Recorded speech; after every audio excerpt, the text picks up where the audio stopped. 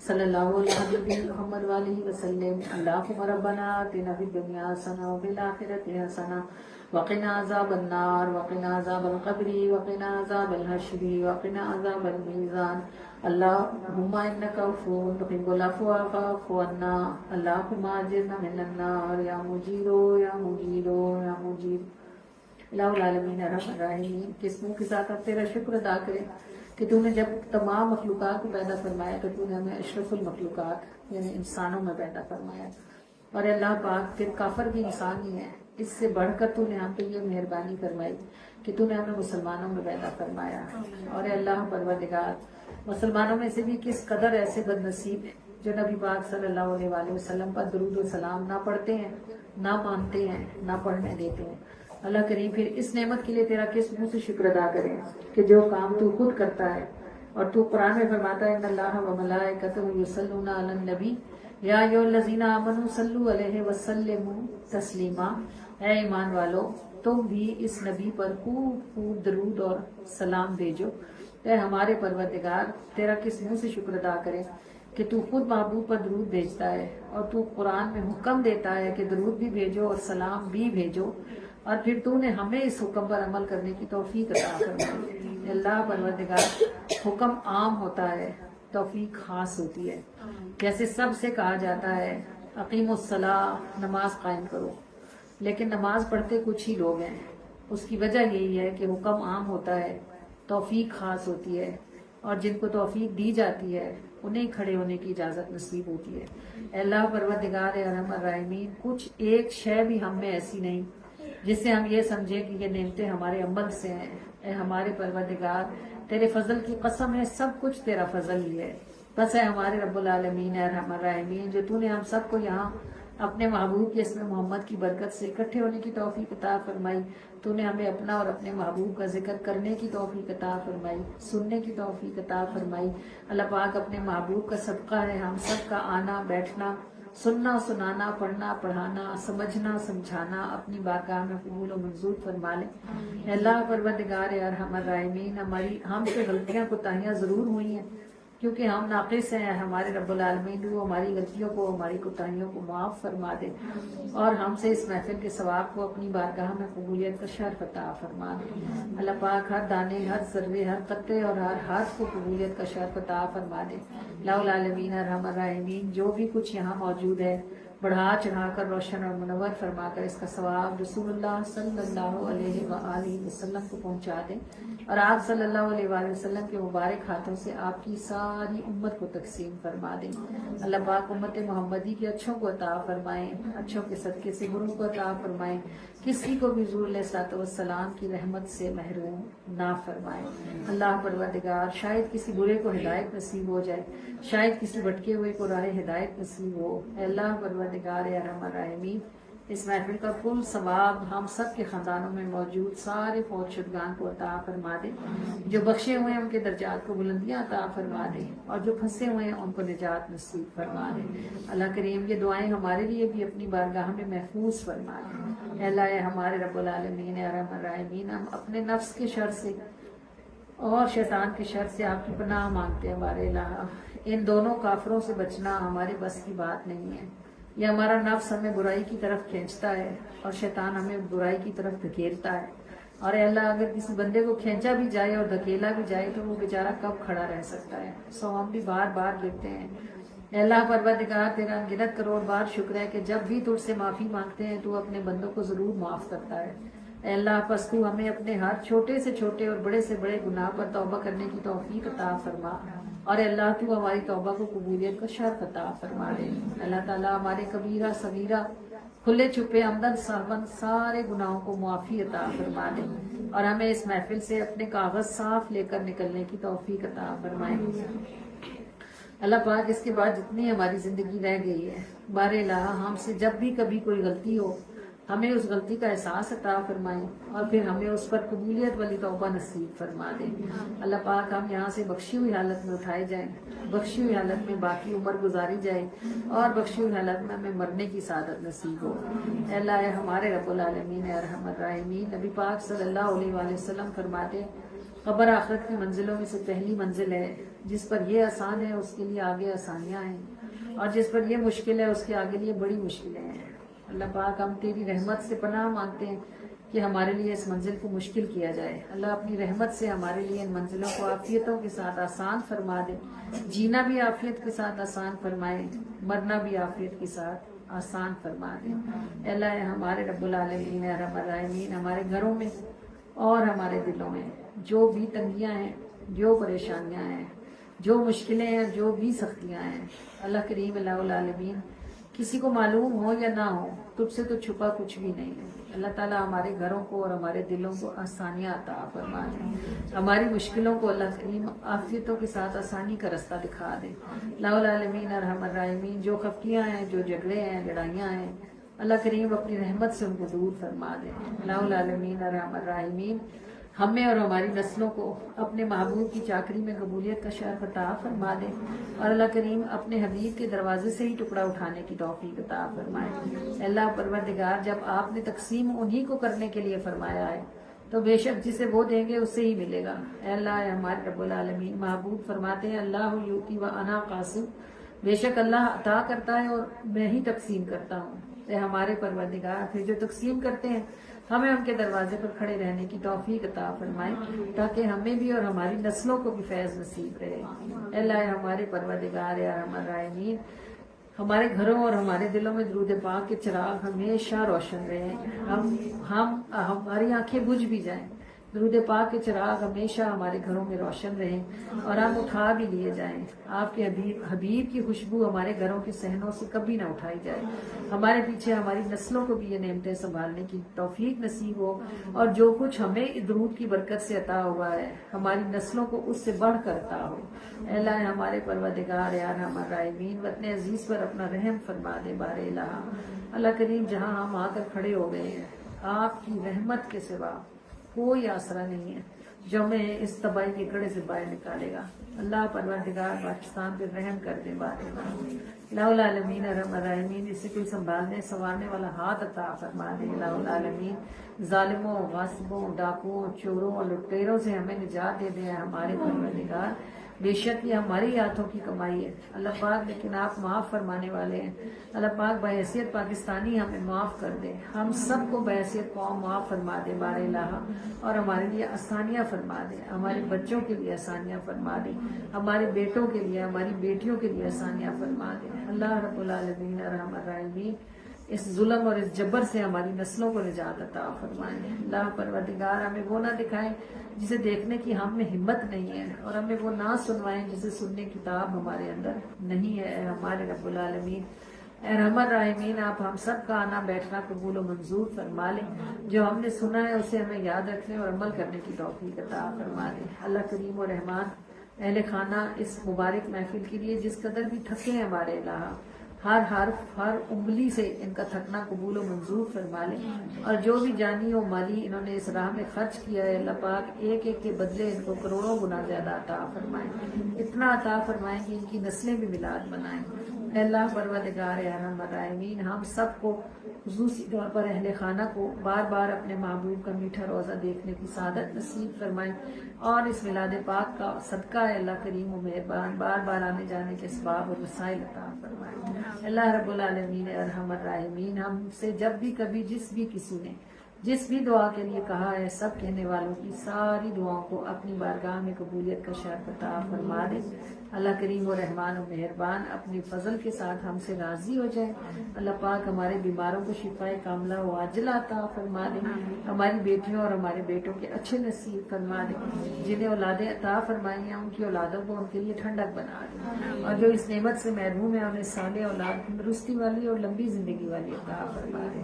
اللہ کریم و مہربان اور رحمان، جس کسی نے ہمیں جب بھی کبھی جس بھی دعا کے لیے کہا، سب کہنے والوں کی ساری دعاؤں کو اپنی بارگاہ میں قبولیت کا شہر عطا فرما دے، اپنی رحمت کے ساتھ ہم سے راضی ہو جائیں، اور اس طرح راضی ہو جائیں اس کے بعد پھر کبھی بھی آپ ہم سے ناراض نہ ہو۔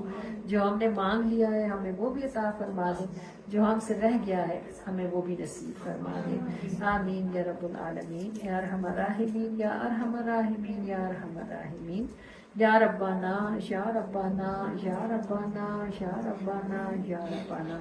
الصلاۃ والسلام علی سید المرسلین، الصلاۃ والسلام علیک یا رسول اللہ وعلی آلک و اصحابک یا حبیب اللہ، الصلاۃ والسلام علیک یا نبی اللہ وعلی آلک و اصحابک یا نور اللہ، وصلی اللہ تعالی علیہ وآلہ وسلم۔ فدا کا روحنا یا رسول اللہ، فدا کا روح یا رسول اللہ، صلی اللہ علیہ وآلہ وسلم، آمین۔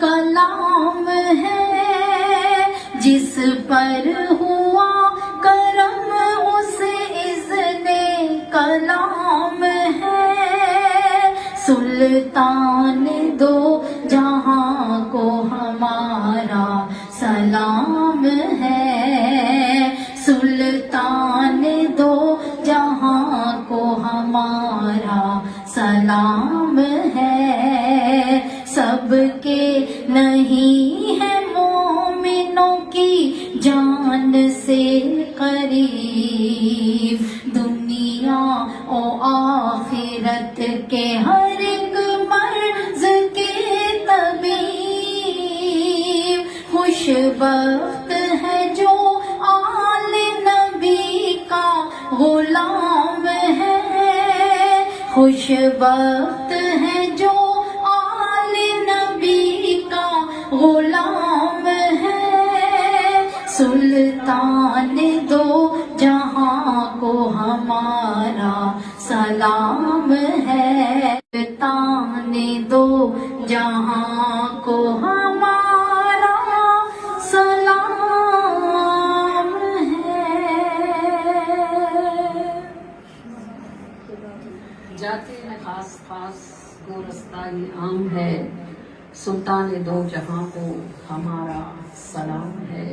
اللہ نے کہا ہے کہ سلام کرو، پھر بھی کم کم ہی لوگ کرتے ہیں، تو جو کرتے ہیں پھر وہ خاص ہوتے ہیں۔ جاتے ہیں خاص خاص وہ رستہ یہ عام ہے، سلطان دو جہاں کو ہمارا سلام ہے، اور سن کر جواب دیتے ہیں اللہ کے حبیب، کیونکہ سلام کرنا سنت ہے اور جواب دینا واجب ہے۔ تو اگر ہم سنت ادا کریں گے تو یہ کیسے ہو سکتا ہے کہ اللہ کے نبی واجب کو چھوڑ دیں، جبکہ واجب کا درجہ اونچا ہے۔